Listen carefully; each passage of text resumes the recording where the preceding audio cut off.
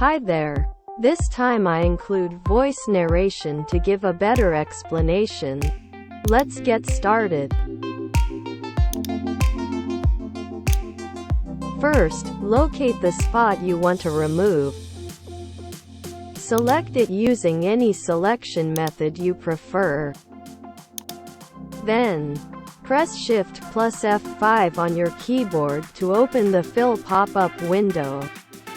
Make sure the Content Aware is chosen. Usually it's chosen by default. Then, click OK. Voila!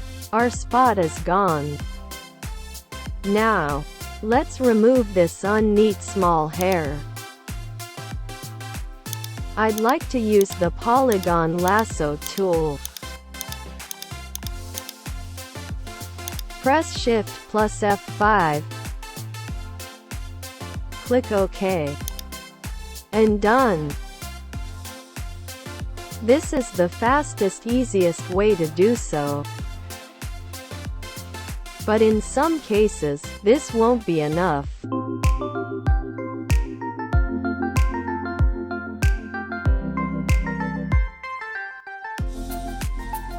You'll need a more precise step with several options to choose.